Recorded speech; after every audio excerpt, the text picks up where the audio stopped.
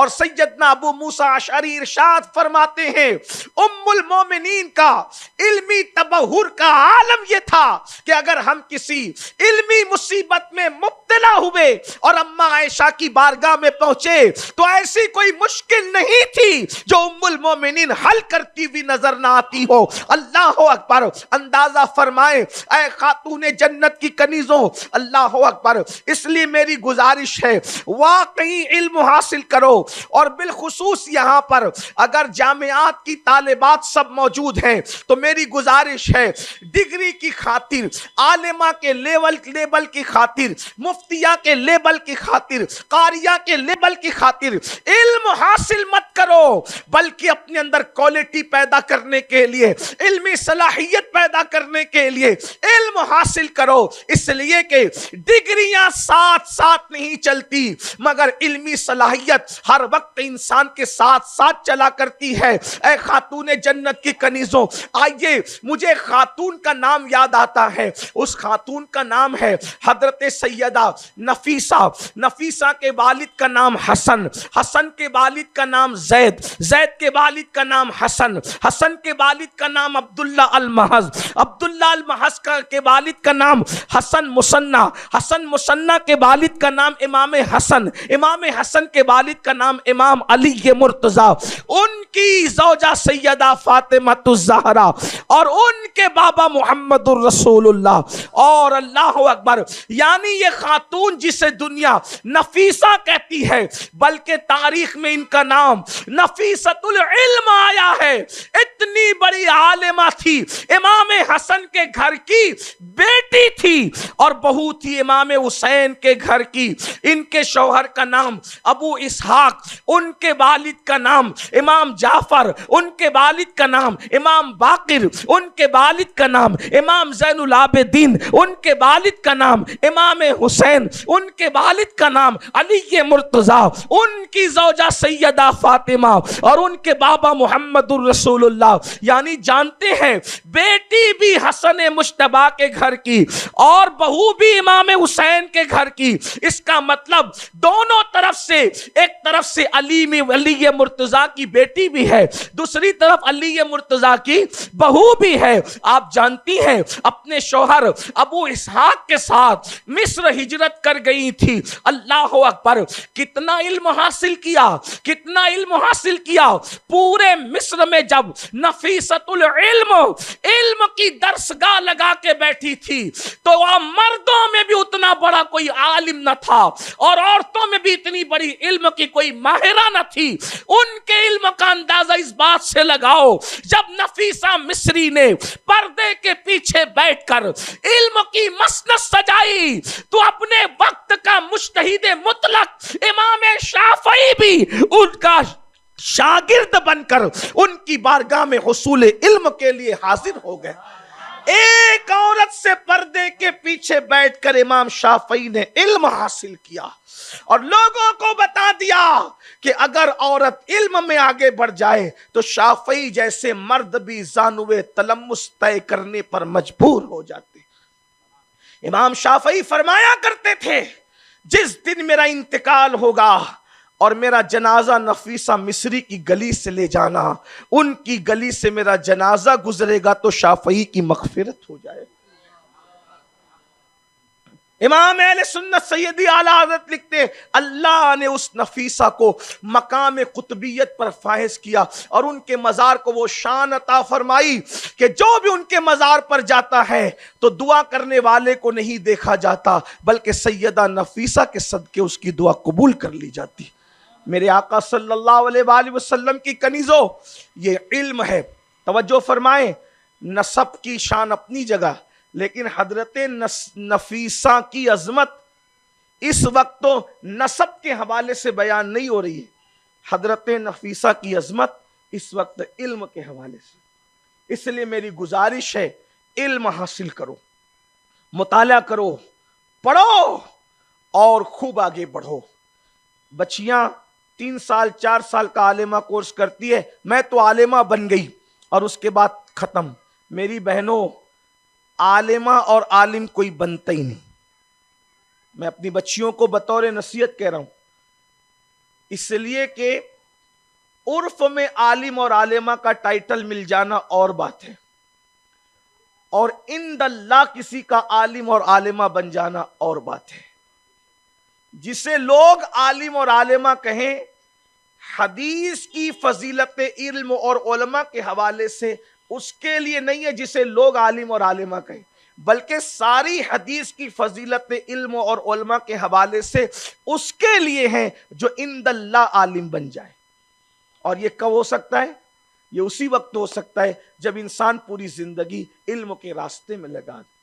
اللہ کے رسول علیہ السلام فرماتے ہیں اطلب العلم من المہد الی اللحد، ماں کی گود سے لے کر قبر میں جانے تک علم حاصل کرو۔ اسی لیے ہمارے بزرگان دین 50 علوم میں ماہر ہو جاتے تھے، پھر بھی وہ کہتے تھے ہم طالب علم ہیں۔ 3 سال بچیاں پڑھتی ہیں اور کہتی ہیں کہ میں عالمہ بن گئی۔ میری بہنوں، 10 سال پڑھنے کے بعد بھی ہمارے علماء کہتے ہیں مدرسے میں تو علم سیکھنے کا ہنر سکھایا جاتا ہے، اصل علم کے سیکھنے کا آغاز اس وقت ہوتا ہے جب وہ فراغت کی سند عطا کی جاتی ہے۔ اس لیے میری بچیوں سے میری گزارش ہے کہ قوم کی بیٹیوں، تعلیم حاصل کرو، علم حاصل کرو، پڑھو لکھو، اور خاص طور پر سنی بہشتی زیور جو حضرت مولانا خلیل صاحب کی لکھی ہوئی ہے اس کا مطالعہ کرو، بہار شریعت کا مطالعہ کرو، برکات شریعت برائے خواتین اس کا مطالعہ کرو،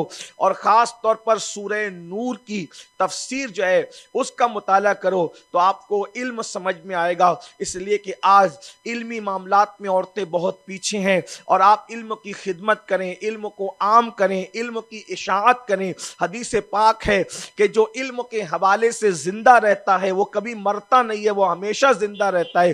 دیکھیں امام بخاری کے اگر 50 بیٹے بھی ہوتے تو امام بخاری کا نام اتنا زندہ نہیں رہتا۔ امام بخاری کے اگر 5000 خلفاء بھی ہوتے تو امام بخاری کا نام اتنا زندہ نہیں رہتا۔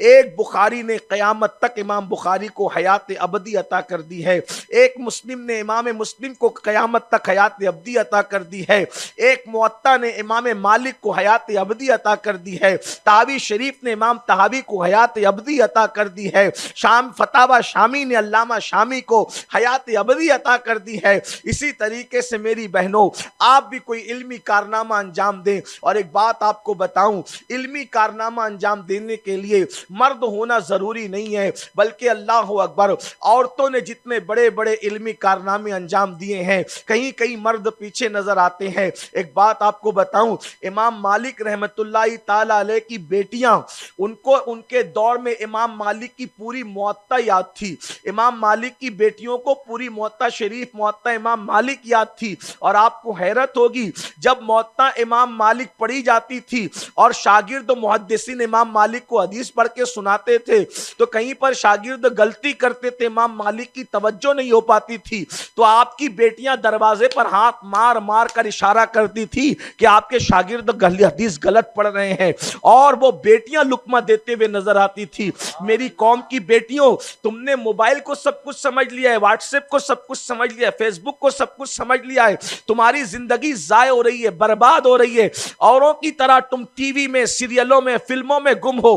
آؤ، اگر حیات ابدی پانا ہے، اللہ کے نزدیک بھی اور لوگوں کے نزدیک بھی عزت حاصل کرنا ہے، ایک متقی عالمہ بنو، پرہیزگار عالمہ بنو، پارسا عالمہ بنو۔ اور عالمہ وہ کیا بھئی 3 سال کا کورس کر کے شادی بھی ہو گئی، برتن جھاڑو کرنے لگی، تو پھر آپ عالمہ کون سی ہو؟ میری قوم کی بیٹیوں، ایسی عالمہ بنو کہ جس گھر میں جاؤ اس گھر کا رنگ بدل دو، اس گھر کی فکر بدل دو، اس گھر کی سوچ بدل دو، اس گھر کا مزاج بدل دو، تاکہ دنیا جب رشتے ڈھونڈنے نکلے تو وہ یہ کہیں کہ سنی دعوت اسلامی کی فارغات عالمہ چاہیے، کیونکہ وہ جس گھر میں دلہن بن کے آتی ہے پورے گھر کا ماحول تبدیل کر دیتی ہے، پورے گھر کا رنگ بدل دیتی ہے، پورے گھر کی فکر بدل دیتی ہے۔ بڑی معذرت کے ساتھ میری بہنوں، بے عملی کی وجہ سے آج مالیگاؤں کے اندر یہ ماحول بن رہا ہے کہ عورتیں باتیں کرتی ہے کہ میں جاہل عورت کے ساتھ تو اپنے بیٹے کا نکاح کر دوں گی لیکن کسی عالمہ کو نہیں لاؤں گی۔ وجہ جب پوچھی جاتی ہے تو کہا کہ ان کے تو نخرے ہی برداشت نہیں ہوتے ہم سے. تو میری قوم کی بیٹیوں، علماء کو اور عالمات کو جو بدنام کیا جا رہا ہے، اپنے کردار سے اس کو غلط ثابت کر دو، اپنے کردار سے اس کو حرف غلط کی طرح مٹا دو. کچھ لوگوں نے غلطیاں کی، بدنامی کا دھبا سب پہ لگا، تو کچھ لوگ اتنے ستھرے ہو جائیں تاکہ اس دھبے کو قیامت تک کے لیے مٹا دے، دھل دے. یہ ہماری ذمہ داری ہے، آپ سب کی ذمہ داری ہے. اے خواتین اسلام، میری قوم کی بچیوں، ممکن ہے آج کا یہ میرا بیان جو ہے وہ عام عورتوں کے لیے نہ ہو، لیکن خاص طور پہ میں معلمات سے مخاطب ہوں، طالبات سے مخاطب ہوں. ایک بات آپ سے عرض کرنا چاہتا ہوں، اگر کسی میری قوم کی بیٹی کا یہ ذہن بنتا ہے کہ میں عالمہ بن گئی، میں برتن کیوں دھلوں، میں عالمہ بن گئی، میں کپڑے کیوں دھلوں، میں عالمہ بن گئی، گھر میں کھانا کیوں پکاؤں، مجھے تو اجتماع میں جانا ہے، تقریر میں جانا ہے، یہ کرنا ہے، وہ کرنا ہے. میں کہتا ہوں میری بہن، کیا تو اماں عائشہ صدیقہ سے بڑی عالمہ ہے؟ کیا تو اماں جویریہ سے بڑی عالمہ ہے؟ کیا تو ام المومنین سیدہ خدیجہ سے بڑی عالمہ ہے؟ کیا تو سیدہ فاطمہ سے بڑی عالمہ ہے؟ واللہ آپ کو شاید نہیں پتا، فاطمۃ الزہرا کے پاس علم اتنا تھا، وہ رازدار رسول تھی. اللہ کے رسول کے بعد وہ صرف 6 مہینے حیات رہی اور صرف روتی رہی. اگر ہم سیدہ کائنات حضور کے وصال کے بعد 10 سال بھی حیات رہ جاتی تو لوگ دیکھتے قرآن کی تفسیر کے بارے میں جو راز سیدہ فاطمہ بیان کرتی، وہ راز آپ کو کسی اور عورت سے سننے نہیں ملتا. لیکن قدرت کی مشیت یہ تھی کہ وہ صرف 6 مہینے میں دنیا سے چلی گئی، اور وہ بھی روتے ہوئے چلی گئی، غم میں ڈوبی ہوئی چلی گئی. ورنہ رسول اللہ نے ان کو جو پڑھایا تھا، جتنا علم دیا تھا، وہ کسی اور خاتون کے پاس وہ علم نہ تھا. اسی لیے تو آپ دیکھیں، بیٹی بچاؤ اور بیٹی پڑھاؤ کا نعرہ آج لگ رہا ہے، لیکن سیدہ کے علم کا اندازہ اس سے لگاؤ کہ جب رسول اللہ نے سوال پوچھا تو مسجد نبوی میں بیٹھے ہوئے لوگ خاموش رہے، کوئی رسول اللہ کی مراد کے مطابق جواب نہ دے سکا. لیکن وہ جواب کس نے دیا؟ وہ جواب دینے والی ذات، وہ جواب دینے والی ذات سیدہ مخدومہ فاطمۃ الزہرا کی تھی. جب آقا نے پوچھا کہ سب سے بہتر چیز عورت کے لیے کیا ہے، تو بڑے بڑے حضور کے شاگرد علماء فضلاء وہاں موجود تھے، کوئی جواب نہ دے سکا، اور جواب دیا تو مراد رسول کے مطابق جواب نہ دیا. مولائے کائنات باب مدینۃ العلم گھر گئے، سیدہ نے پوچھا بات کیا ہے، تو کہا حضور نے سوال ایسا کیا ہے، کوئی جواب نہیں دے پا رہا ہے، جواب دے رہے تو مراد رسول کے مطابق جواب نہیں ہے. سیدہ نے پوچھا سوال کیا ہے، تو کہا سوال یہ ہے کہ آقا پوچھ رہے ہیں عورت کے لیے سب سے بہتر چیز کیا ہے، عورت کے لیے سب سے بہتر چیز کیا ہے. حضور نے پوچھا، ہم جواب نہ دے سکے تو سیدہ نے کہا بات تو بڑی آسان سی ہے. کہا کیا آسان سی ہے؟ کہا کہ عورت کے لیے سب سے بہتر یہ ہے کہ عورت کسی اجنبی مرد کو کبھی نہ دیکھا کرے، اور اجنبی مرد کسی عورت کو نہ دیکھا کرے. یہ عورت کے لیے سب سے بہتر چیز ہے. مولا علی کو جواب ملا، حضور سے آگے کہتے یا رسول اللہ جواب مل گیا. کہا کیا جواب ملا؟ تو کہا کہ عورت کے لیے سب سے بہتر یہ ہے کہ اس کو کوئی نہ دیکھے، وہ کسی اجنبی کو نہ دیکھے، کوئی اجنبی اس کو نہ دیکھے، وہ کسی اجنبی کو نہ دیکھے. یہ عورت کے لیے سب سے بہتر چیز ہے. آقا فرماتے یہ جواب ہے کس کا؟ تو مولا کائنات نے کہا یا رسول اللہ یہ فاطمۃ الزہرا کا جواب ہے. حضور نے خوش ہو کے کہا فاطمۃ بدۃ منی، وہ تو میرا جگر ہے، میرا جگر. حضور نے فرمایا دیکھو جب کوئی جواب نہ دے سکا تو سیدہ نے جواب